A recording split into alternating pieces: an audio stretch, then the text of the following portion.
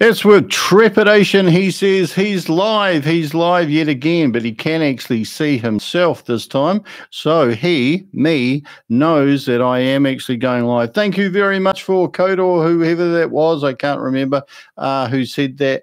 My God, imagine, I was just going to go straight through that, not look at the chat and get on with it. Anyway, without further ado, there we go. We're going to get onto it.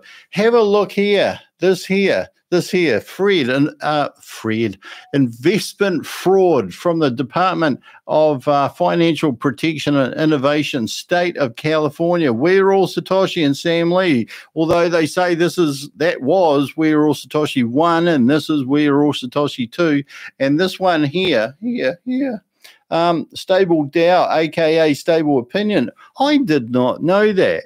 Had you heard Stable Opinion was also Stable Dow? I've never heard of Stable Opinion, and Sam Lee. So we're going to put that up there because this is the starting point where you make decisions about whether or not you're going to get into investments, whether they're the best thing since sliced bread, crypto.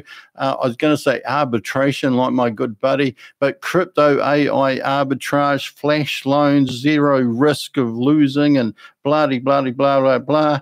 Oh, but you got to start somewhere, and everybody's got their threshold that they got to jump over in order to get their money out. And for me, $500 for that smallest license, that's a lot of money. $10,000. Now, just think about that for one momento, $10,000. Forget about going in, like it's a sure thing, couldn't possibly lose. $10,000, $27,000 on nodes, staking 1,000 BTCC coins if you wanted to be a validator. Who's heard about validation on validators in the last, several months, 2 months? It's all vanished. But at any rate, we're not here to talk about that. We're here to talk about, if I was doing my due diligence, what would I be thinking of? And I want to get straight in with this. So this is the first thing. This is Paul Pow, whoever from Poland. Is it him? I got no bloody idea. Who would know? We don't know who he is. We don't know what his last name is. We've told that he's come from Poland, but we don't know what his credentials are, what his credibility is, what his past history is. Is he trustworthy? Don't know anything about. And one of the big things is that if you run a business here in New Zealand, you've got to abide by the CGA, the Consumer Guarantees Act. Now, most countries have got some equivalent of a Consumers Guarantees Act. And there's a few interesting things that you need for a Consumer Guarantee Act. You need to be able to go to the person that you bought the product or service from. Where do you go here? Well, you could go, always technical difficulties. You could go to this man. This is the, co-developer? We heard originally that Paul Pow, whoever it was, the Polish guy, was the guy who came up with it. That's what I understood. But now all the changes seem to be coming from Shavez and his tech team, which is a little bit confusing, isn't it? So I don't understand. And, of course, last night we were wondering whether or not Shavez AI, which is an AI idea tool, whatever, that he was talking about a while ago, was actually Boomerang. I don't know. I'm just speculating. But Shavez is only Shavez. It's not Shavez somebody. Although apparently if you were in Hyper 1, he was calling himself Shavez Anwar. So why is it only Shavez? So imagine if you went to the authorities and you said, hey, I invested in the scheme, turned out to be a fraud. Not saying it is, but if it turned out to be a fraud, first question, who did you give your money to? Who did you invest with? What company? Well, I don't actually know what company it was, because you can't say we're all Satoshi because we don't think it's company. Well, is it a company? If so, what country is it registered in? But if they wanted to know a name, you say, well, Shavez. I gave my money to Shavez. Shavez who? I don't know. And there's this other guy, Paul. Paul who? Well, I don't know. Where do they live? Well, apparently Paul's in Poland. Whereabouts in Poland? Well, I don't know. Shavez, where's he from? Well, he's Indian, but he's in Dubai. Whereabouts in Dubai? Well, I don't know. So it goes on and on and on. So that for me, but everybody's different. Remember, I'm not a financial advisor, and this is not financial advice, but everybody's threshold is different to where they have to go. Now, this here is a snippet from the Consumer Guarantees Act here in New Zealand. And it says if you pay for something that doesn't work, breaks too easily, or doesn't do what it is expected to do, you're entitled to a repair, exchange, or sometimes a refund from the seller or service provider. The Consumer Guarantees Act only protects you when you buy from businesses and trade in New Zealand. So if I were to buy Boomer, I would not be covered by this Consumer Guarantees Act. I'd have to think, okay, well, what country's Consumer Guarantees Act is Boomerang covered by? Well, we don't know. Well, I don't know. Do you know? It says not when you buy something from a private seller or from overseas. So there you go. If there's a problem with something you buy or a service you pay for, remember there are laws to look after your consumer rights in New Zealand and probably in some other countries. So let's go to the next one. So if you go onto the website, you'd assume that this is going to put your mind at peace, because these are tech guys, these are professionals, that this is a proper product. But what I found earlier is that all of these buttons don't work. Home, introduce, product, corporate, company, none of them work. Launch app goes to the DAP, so that does work. But yeah, so there's no address, there's no contact telephone numbers, don't even know what country this website is based in. So not going to get too much credibility there. Again, due diligence, well, this would fall over now, because one of the big things for me personally is I want to know where are the physical offices, where are the physical stores, where's the contact phone number. If anything goes wrong, I call them up. And of course, most of the time we take it for granted that all that exists, but it doesn't here. Shavez did say that he was going to upgrade the website, but wouldn't you do that first, particularly if you're going to sell licenses through there, and that's going to be the portal? And remember the other night, I was telling you about all the social media links along the bottom of the page. When I had a look just before, they weren't there. They were gone. They were gone. So if anything went wrong, let's speculate for a minute. How big is Poland? And if we flew there and asked for Paul, Pavel, whatever, do you think someone would be able to point us in the right direction? Well, apparently Poland's actually not that small. This is not to scale, by the way. Yes, it's a lot bigger than your monitor, a lot bigger than my monitor. Gdansk is up there. Mate, be a prize. I reckon if you could actually pronounce 10 of these properly, you should earn a $500 Boomerang license. So that takes care of Paul. We probably wouldn't be able to find him if anything went wrong. But would I be able to find Shavez? Because he's in Dubai. And I've been to Dubai. Dubai is a lot smaller. But originally he came from India. So I reckon if I flew to India, got off a plane, you know, whether it be Mumbai, New Delhi, wherever, and said, hey, where's Shavez? Someone would know. You know, like it's not like there's going to be a lot of Shavezes in India, is it? You know, it's not like it's got over 1 billion people or anything like that. So I'm pretty sure if I said Shavez and narrowed it down by saying the guy who's involved with Boomerang, most of these people would know. Most of the people would know.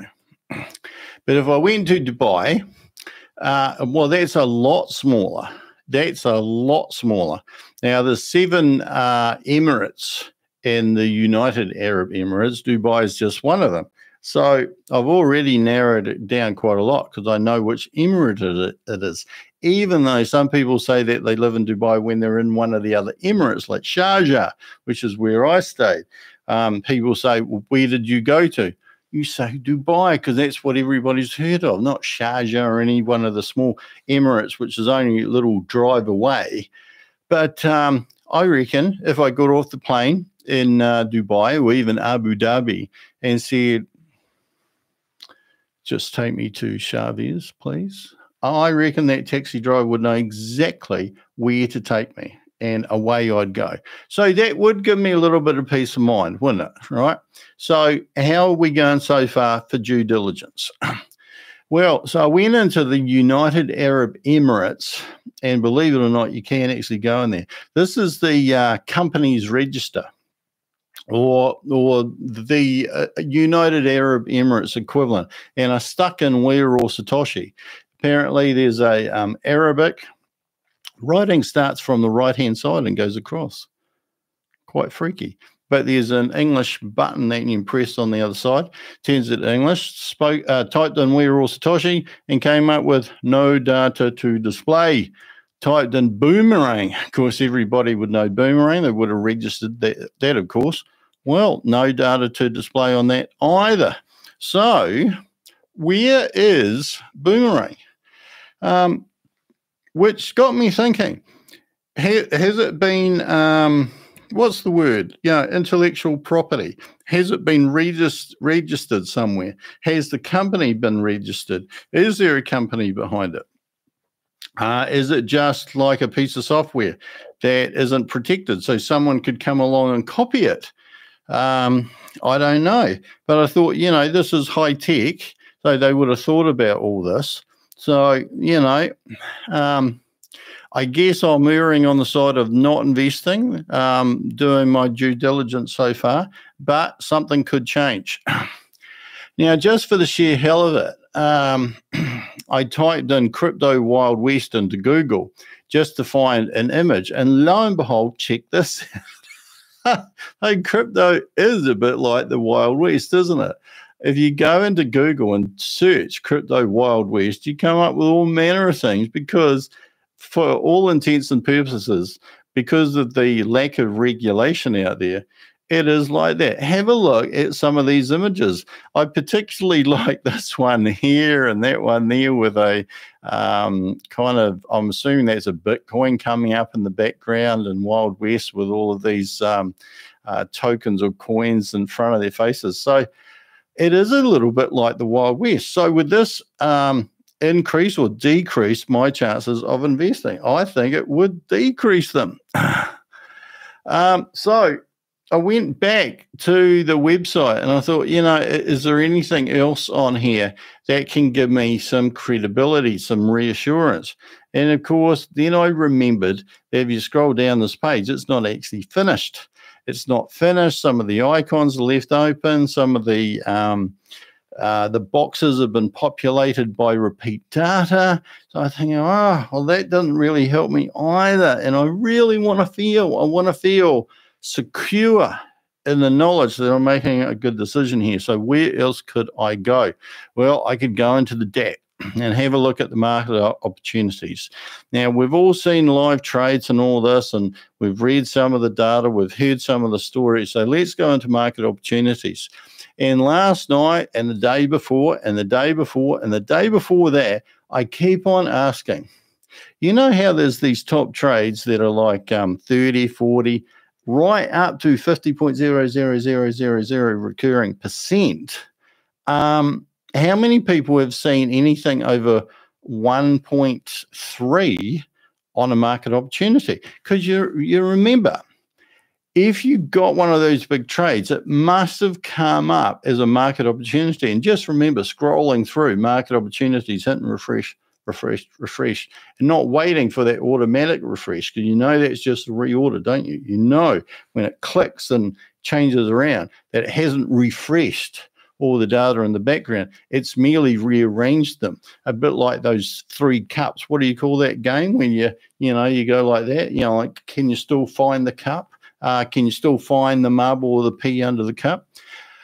So I've never seen anything 1.3 or higher on these market opportunities. But imagine if you're using this and it comes up like 50%. Boom! Man, your hands will get all sweaty, right? Your mouse would slip out of your hand as you're trying to race in there and confirm the two assets that you need. And how much How much would you stick on it? And I just thought about something. I've thought about something. It's amazing when I talk out loud, and probably when you talk out loud, you have more thoughts. How come when one of those big trades has come up, people haven't like piled on every cent of flash loan? How come they're not for like 10,000 like crypto assets or whatever? I've only just thought about that. So does this give me credibility? Nada. Nada. So what else was there? Well,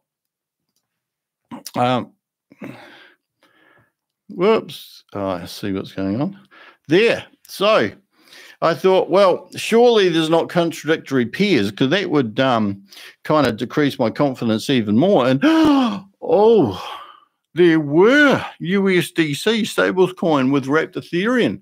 Oh, no, look at that, right down the bottom. And I'm thinking, well, how can that be? And still to this day, no one has actually definitively told me. They thought, well, it could be on two different exchanges. That there's an arbitrage opportunity and they're opposites and all this. But isn't it a bit of a coincidence how that happens every single day?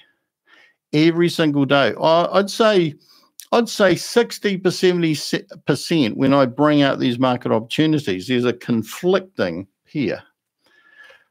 Just like that, just in case. So I thought I'd make it a bit more visual tonight, just in case, because, you know, Danny was saying the other day, you'll know Danny, the crypto Ponzi scheme avenger, dodgy guy, good mate, but dodgy guy, and the best possible taste.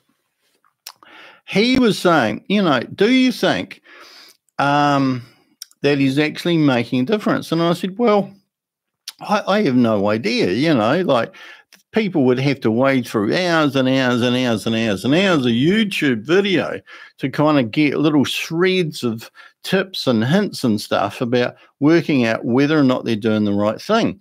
And I thought, well, what if we made it more visual? So for those people out there who don't know what a contradictory pair is, it's when you got the two assets, but supposedly on one exchange there's an arbitrage going one way, and on another exchange there's an arbitrage going the other way. Now, what's the likelihood of that? I have no bloody idea. But if to the untrained eye, like I am, someone told me that the other day, I said, you know nothing about dexes and blah, blah, blah, blah. He's right. Well, assuming it's he. Whoever it is, they're right. But I do know enough to ask what seems on the face of it, prima facie, to be suspicious, or at least cause for concern. Maybe I'm overreacting. So what else is there? There's this infamous trade. Now, this trade, some people might say, well, you're plucking this out. This is an outlier. Of course it's a bloody outlier. It's $899 bloody profit for $100. Of course that's an outlier. But this is the one where several of us have tried to make head or tail of what is actually going on. And I don't know if you're like me. The first time you look at that and you go, oh, well, you know, the only transaction on here that makes any importance is this one right here. Look at that. I love how I can do that. And that figure, I can't quite reach that figure right there. $899.27. Proof positive. You can make that much money. I'm in. I should sign up straight away. But someone with a brain bigger than me fit into a similar size head, worked this all out. Took me a little while to get my little head around it. And I put this up with a caveat or a condition that this is what we believe, and no one yet has actually proven it's not true. Now, Shavez says that we are people who aren't smart enough. Get to that. But let's have a look. So try to make this as easy peasy lemon squeezy so that even other people with my pea-sized brain can understand. So I've numbered the transactions. See that? Right. Right there. Okay. So those are the transactions. those are the transactions that they find. Now, interestingly, when I was doing this and putting these slides together, I realized that that is actually not right. And I think I've changed it. So here's what we used to think, that it started at number 1, then it went to the third transaction down was the second one that actually fired. Then the second one was the third one that fired. Then the fifth one was the fourth one that fired. And that is bloody confusing, okay? But the hint here is, where's the money? Where's the money going to? And you'll see that the wallets have been named in here. So it's got to go from the Boomerang contract or to the Boomerang contract at each time, okay? And so we've worked it out on the next slide. Now, this hopefully will be clearer than mud. Look at that. Round of applause. Thank you. Thank you. People going, what the hell is that? And I actually think I've made a mistake on here already. Oh my God, have I? No. This actually takes into account what I think is a gas fee and where that gas fee would fire. But I'm going to talk you through this very quickly for my due diligence, okay? So that there is Aave paying Boomerang contract wallet the flash loan, $100, okay? So Aave, from Aave to Boomerang for $100, okay? Remember, we go down to number 2. Now you got to remember who has actually got the money. Who's got the money? So after this one, Boomerang contract has got the money, okay?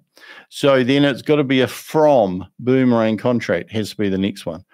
And it's here. From Boomerang contract to Uniswap for 100. So we got 100 and then we sent 100. And then we got back the crypto asset. We spent 100 of one asset and we got 92.855 of another asset. Okay. So now we've got 92.55 of an asset. So where has that been sent? Well, you got to go down to number 4. So Boomerang now sends that asset to Algebra 92. So you'll see that 3 and 4 are exactly the same amount of money. Okay. So came in there. All right. Went out there, came back in there, and went out in number 4. Now, number 5, we think, is because it's in Algebra. This is what I think anyway. It's in Algebra. So Algebra has paid the gas fee. I'm assuming that's the gas fee. So that's actually technically going to be 5. And then the next one is going to bring the asset back. So this is a simple thing on these transactions, okay? And remember, in order, as it appears on Polygon, it's going to be 1, 2, 3, 4, 5. It's going to be in the order that it is listed there, all right? If this figure here that you ultimately got back is bigger than this figure, you made money. That's how I understand it. If this figure, and basically the 4th transaction is higher than the 3rd transaction in order that it's shown on Polygon, excuse my red numbers, if that figure is bigger than that, you made a profit, because that's what you started off with and that's what you ended with, okay? And then you come down here and you pay your money back to Aave on the flash loan and you've got 899 left. But actually, by the looks of this, you had 9938. And from that 9938, you had to pay the flash loan back of $100.04. So by the looks of it, you're actually short 66 cents. Is that right? 66 cents. So there's no $899. Now, as I always say, if I'm wrong, literally, show me the money. Show me the money. How's this? Oh, look at this. This is a beautiful slide. So this time I've actually sliced all those transactions and I've stuck them in order and put the corresponding number next to it that they fire in according to moi, okay, according to my little pea-sized brain. Flash loan received, $100. You send the $100 off. You get the other asset back. You send that one off. You pay the gas fee. You get something back. What you get back, if it's higher than what you sent off, there will be a profit, right? From what you get back, you have to pay back your flash loan with the flash loan fee. Remember, you got the gas fee out there and the flash loan fee. And once you've that figure there, less that figure there should be your profit. Okay, you follow that? That's the figure you got back from your arbitrage trading. You're paying the flash loan back. That minus that is your profit. So you'd think that would have to be higher than that to be a profit. So explain that to somebody, all right? Clear as mud. If you're still confused, there's nothing else I can do. I can't move from here and stick it on a whiteboard, but I don't think it'd make any sense anyway. But the thing is, it doesn't matter because I'm doing my due diligence on here, and I almost never get anybody come onto any of my videos as long as I've been doing them and say, oh, but Rob, how does this work? Or da, da, da, da, da, da, da.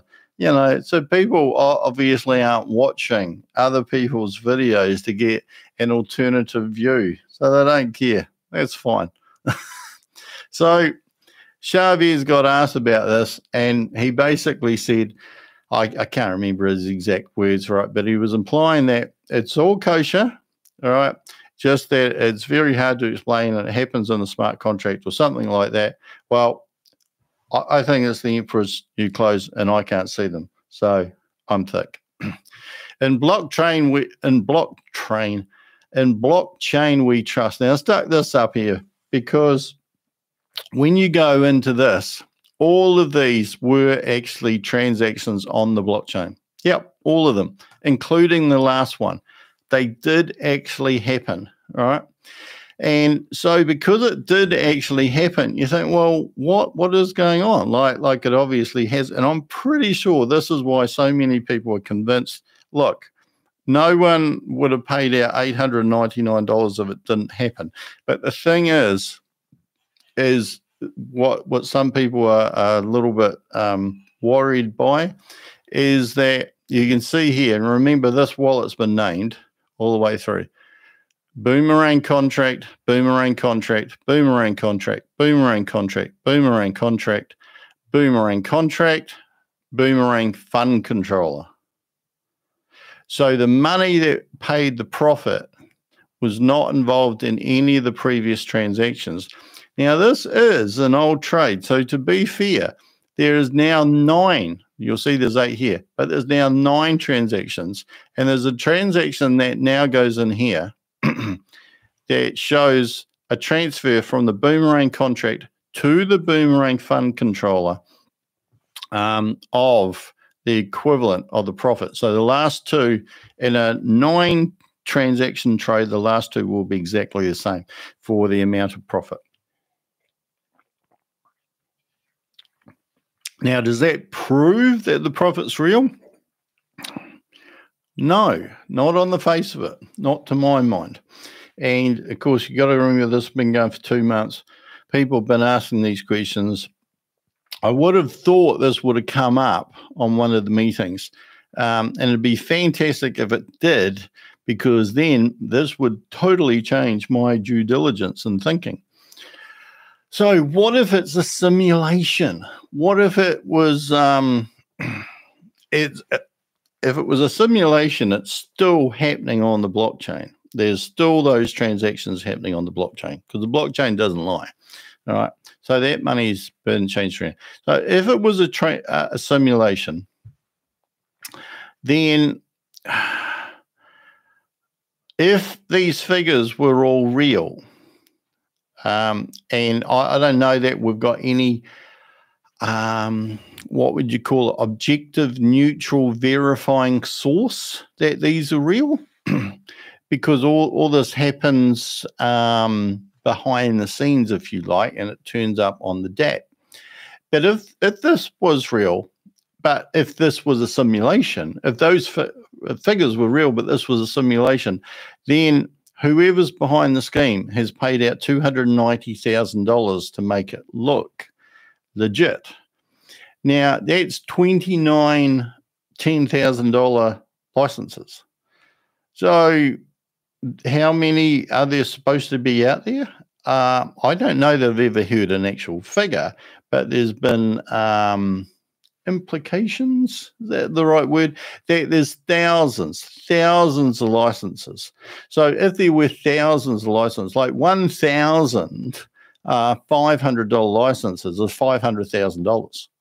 So that would be a lot more than 290,000. But if there was 1,000 10,000 ones, that is, what do I think about this? If there were 1,000 10,000 ones, that's 100,000. That's $10 million.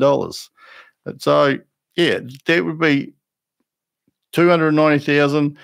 Not a lot of money, but these figures do come with a question mark. They do come with a question mark.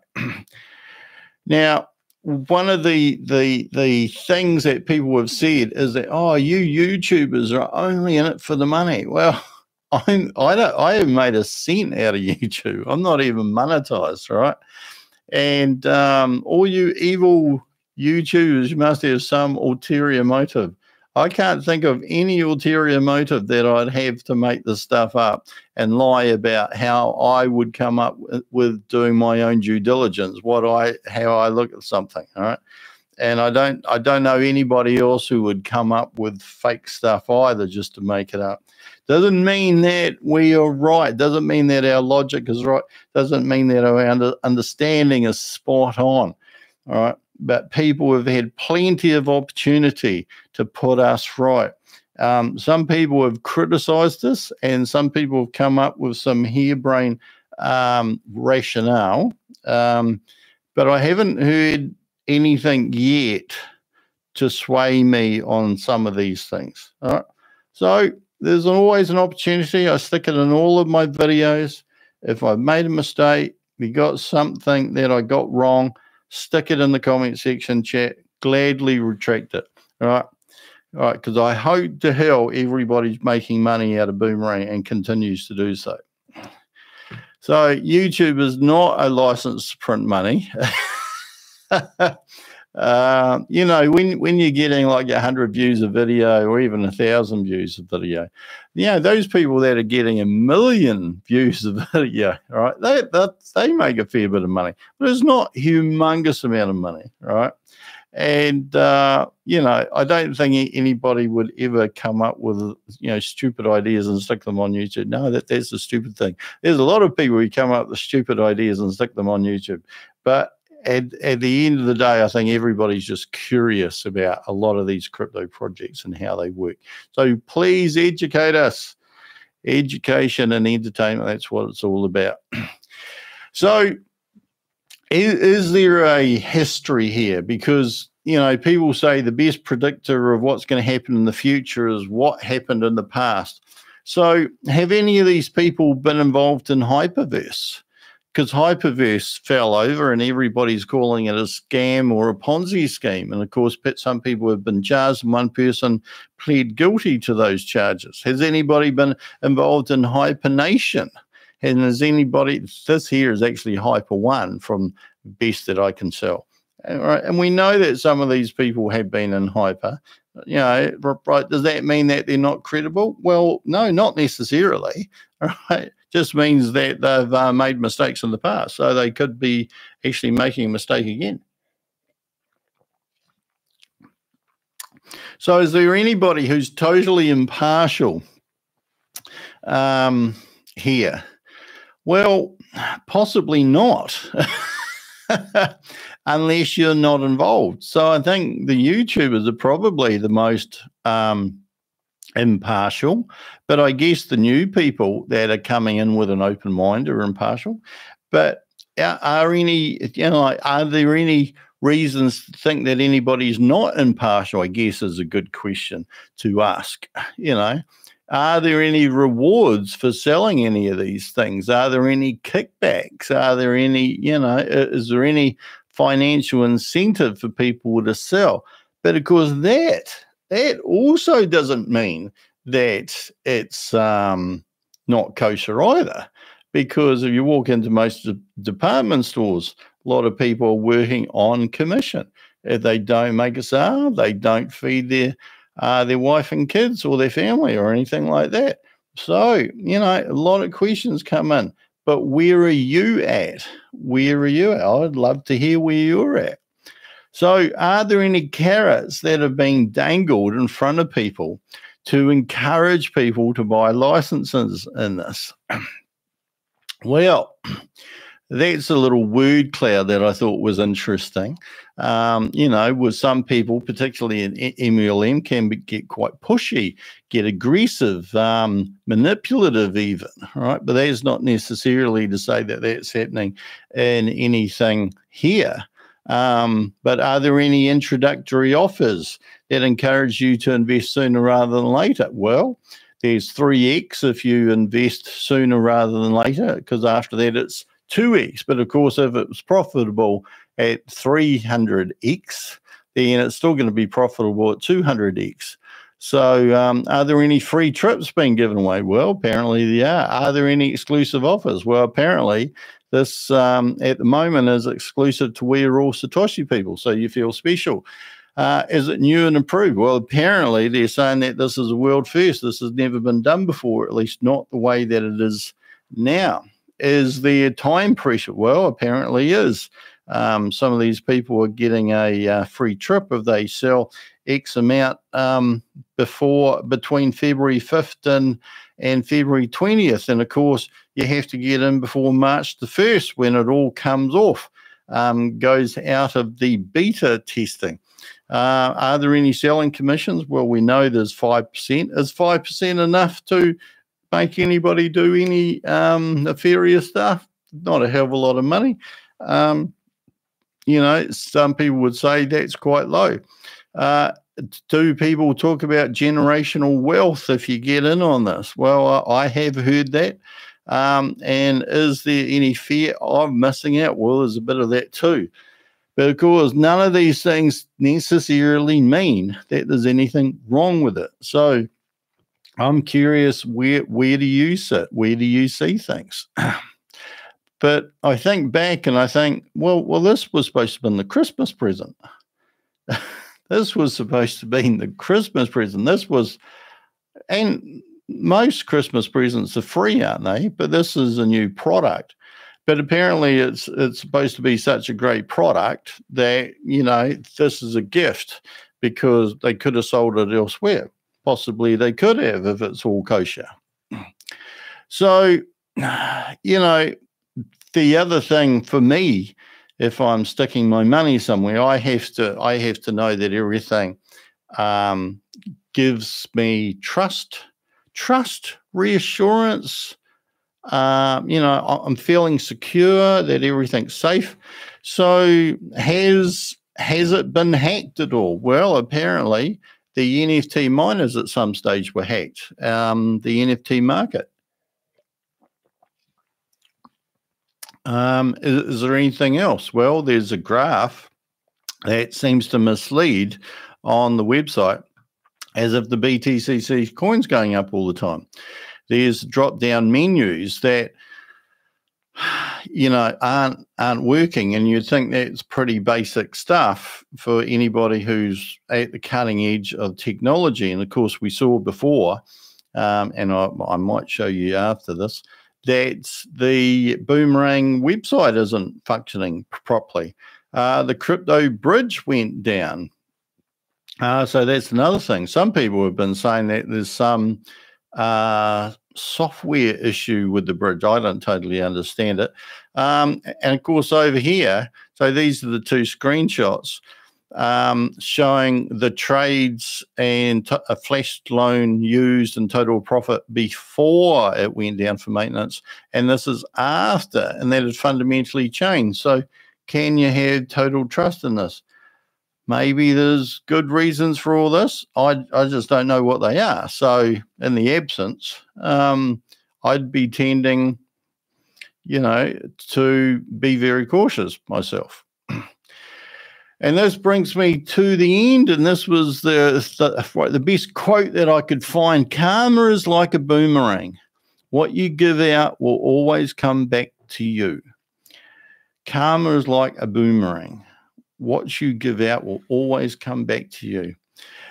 So let's have a look in the chat room before we do a quick roundup of BTCC and what else is new happening on Boomerang.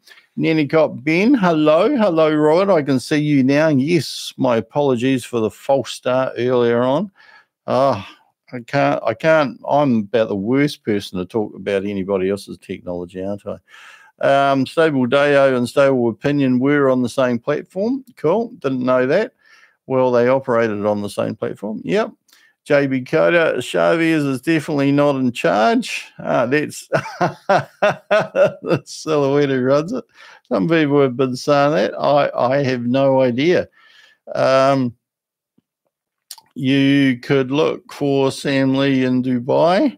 Yeah, well, actually, Sam Lee could have a pretty good profile around the bars, couldn't he?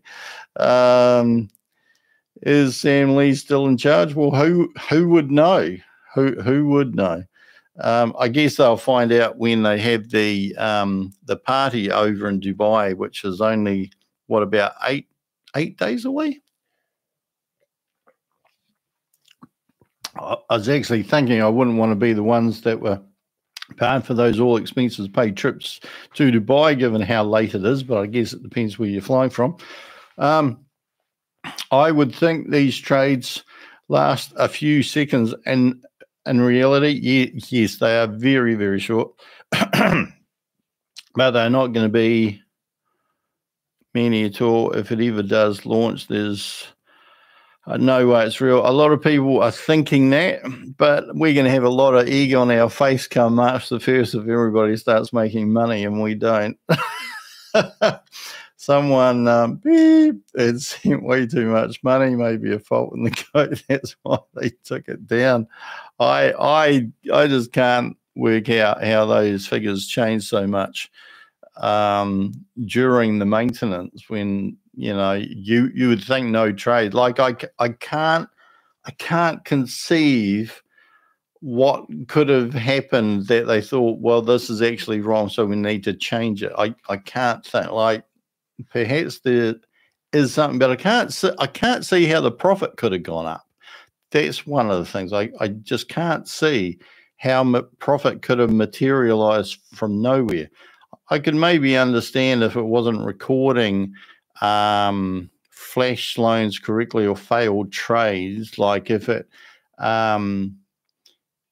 was a failed trade, but maybe it got the flash loan, hadn't done all of the transactions properly and just sent the flash loan back and still recorded it as if it used it.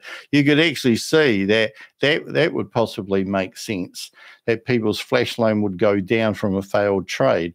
But then that would mean that the flash loan was too high, but it wouldn't have changed the profit. So the trade number or the flash loan would have been what? Too high? It would have been too high if that was happening. But if it was happening a lot, you would have noticed it. But it wouldn't have changed the profit.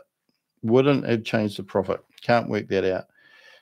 But someone will know somewhere. Hopefully they can tell me. To me, decentralized banking means someone can take your money and there is nothing that you can do about it. Yeah, and I think that, like if I put my money into a bank, I can literally walk 1 mile down the road and go in and see somebody and get my money. I hope that doesn't change. So just get rid of this. Boom. I don't need to say that. Won't be doing that one again. That's done. So this is the, we'll just refresh this. We'll just go in here. So this is a Boomerang site. And just to prove my point, so you click on home, introduce product, cooperate, company. There's nada. There's nada. So just to prove my point, I can come down here. So if I click on that, you'll see it's just not loading. It's not doing anything at all, not a sausage. If you go and hit launch app, it will. So yeah, it's got these here as if they're in collaboration with that, but I wouldn't think they are. But maybe it's just to show that it's AI as well. But I don't know how the AI plays its part either. And we'll come down here. And you'll see that one's not populated. So they're just little things like this. I know I'm being anal, but, you know, it just wouldn't happen on a professional site. That there is the same as that text. Got all this stuff. I don't know whether they actually use all those yet or not, or maybe they're coming. And down here, oh, this is here now. I have sworn that wasn't there before. But they don't work either. So you can't click on those. Oh, you can't even see that in the screen. Hold on. Oh, it's right behind my head. Sorry. I'll move me out of the way just to prove my point. Those don't work. So none of those are going to take you to Facebook, Twitter, Instagram, or Telegram. Just to prove a point. Let's go over here and let's stick me up there somewhere. So we've had 96,000 trades for $15.1 million and 290,000. I haven't done my maths, but just to reiterate that all these trades were averaging 1.12% profit since that came back from maintenance. And we'll just scroll up here and have a look at the top trades for the last 24 hours. But we've seen in the last couple of 3 days that these aren't actually the top trades for the last 24 hours, because there's a $422 trade that stays on here. And I haven't checked the others, but I'm assuming the others were the same as well. So let's have a look. We've got a 49% one there. And people have made $11, $5, 20, 20, 8, 7. So that was one of my points, that if these profit percentages are these high, how come they don't show up on the market opportunity? I've certainly never seen anything even at 2%. I've never seen anything at 1.4%. I've never seen anything over 1.3. Well, to be honest, I haven't seen anything over about 1.27, maybe 1.28. And that's the borrow amount. But some of these are stable coins as well. So how you get an arbitrage on a stable coin, that's completely beyond me. And these here, DAI and USDC, have hardly moved at all in the last 7 days. So how there was an arbitrage in there for 38%, totally beyond me. And down here, is it still here? Yeah, there it is. So that's been there 3, maybe 4 days. And this is supposed to be updated every 24 hours. So I have no idea. And that big gap there, that big gaping gap between 22% and 9%, that's statistically unlikely. But maybe, you know, who knows? Who knows? I do know that some people were saying that Ratmatic is the one that's the most volatile and that you get your best trades over it. And you see Ratmatic accounts for a lot of these, but not all of them. And they're very, very big. They're very, very big.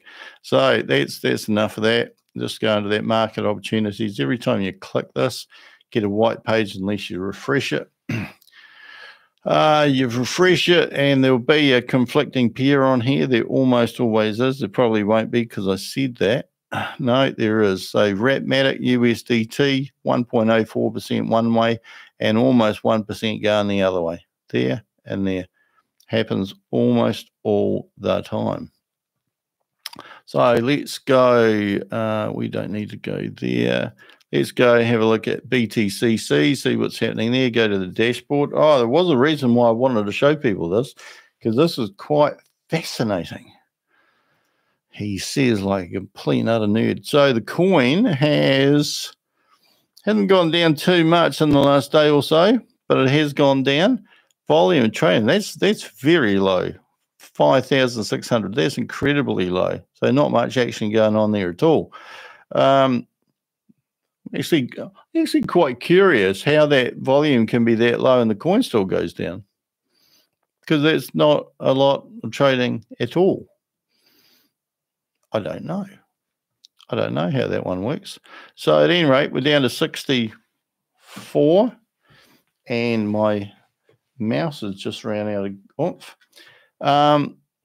What did I want to say? So there's 64 million marketing cap. So you need 64 million to pay people out. And the liquidity pool as of last 12 hours or so, there's only 16.1 million in there. So that's about a quarter of what you'd need to pay people out. As you can see there, you got the never changing graph, which says that BTCC is up 72.5%. It's not. B fuel to mine must be at least $102, $105 now to mine a coin that you could only sell for $64. I was just speculating the other day with the person what would happen if the bridge got open. The bridge hasn't been open for, I think, over 50 days. So what do you think would happen if that bridge opened? I would think people would start swapping BTCC pretty big and get out. So that's one thing. If they did that, that would drop BTCC down probably well below $50. I'm only speculating. And I think that would mean that people would stop harvesting, if indeed they are still harvesting. So that would stop money coming into the system. The nodes get paid by BTCC, so I think their return would drop significantly. I don't know how far the BTCC coin would have to go for the nodes to stop getting a return, a proper return. They're getting something like 182% per annum, but that was based on the coin being at such a height. And I'm not too sure about the validators as well. Were the validators also getting paid based on BTCC costs? So it's quite an interesting situation to see, you know, what people will do, how they'll play it, what their strategies might be, because a lot of people may be hard up with cash. If they've invested quite a lot of their money in here and they haven't been able to get any out for a while. Just go a little bit of power back. You see that quite a lot of miners have gone up. It's gone up 0.5%. So that's going to pressure the coin, but very, very tricky to work out how that coin goes. It seems to be that it's related to the number of miners that are on the node, plus something to do with the price impact about how many people are swapping out. Probably other variables, I don't know. But if someone does know, please stick it in the comment section. I would love to know. Now, the interesting thing that I wanted to show you was in here. Now, this here keeps going down, although I don't know that that's changed in the last 24 hours. But check this out. New releases. Look how many new releases are on there. There's a huge amount. That's the most I've ever seen new releases of miners. And they're all 10x or 1x miners, and they're all pretty big numbers. So you do wonder who would have those big number miners. Like, is this a leader that's trying to cash out? But look how low they are. This is the lowest I've ever seen a 10x miner. You can buy a 10x miner for just $97. $97. So that's $970 if it was a 1x. Just smooth the decimal point. And these 1x's are only $11.60. So this is very low. This is like someone cashing out. But look how high these numbers are. They're all pretty high. particularly on these ones. Like, I'm not too sure how high the numbers on 10x miners go. 1x miners, it's conceivable that someone got a free miner, or someone's got free miners for GameStop memes or Boomerang licenses. But these 10x miners, I've never seen anything like that before. Look at them. About 20 of them. Are they all at the same price? All the numbers are pretty high, all around about the 10,000. So I just thought that was really interesting, going to the open market. Now, you can do a little tricky thing here. Danny showed me the other day. Do Control F, type in 10x, and just see how high those numbers on 10x miners go. There's, oh my God, is that right? There's 130. Wow, I'll just bring that down. Goodness. Oh, yeah, you can see that. Don't know if you can see it because it's large enough. There's 134 10x miners on. My God, that's huge. So at any rate, just for the sheer hell of it, let's have a look at these numbers. So they're pretty random all over the place. But let's, oh, wait on, just for accuracy, was there 12,000 there? Might have been seeing things.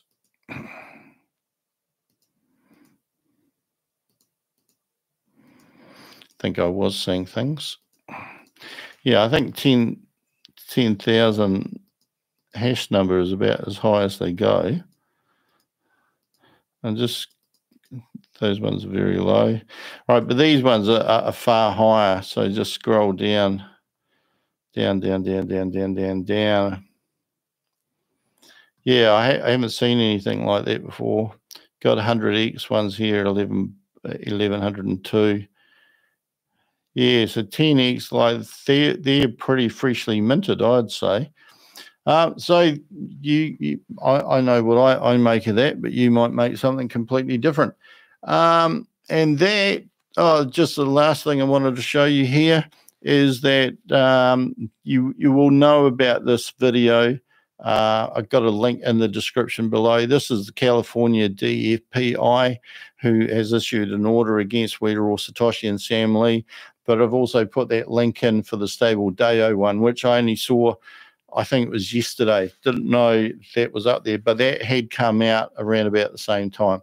So look, I'm quite curious about what you think about Boomerang, whether you'd put your money in. As I say, this isn't financial advice in any way. These videos are for education and entertainment purposes, and I am not a financial advisor. But this will be really fascinating to see what happens come March the 1st. And what do you think will happen? Please stick it in the comment section below. If you get any value from this video, please give me a thumbs up. If you want to see more video, please hit the subscribe button. And until next time, happy investing. Bye for now.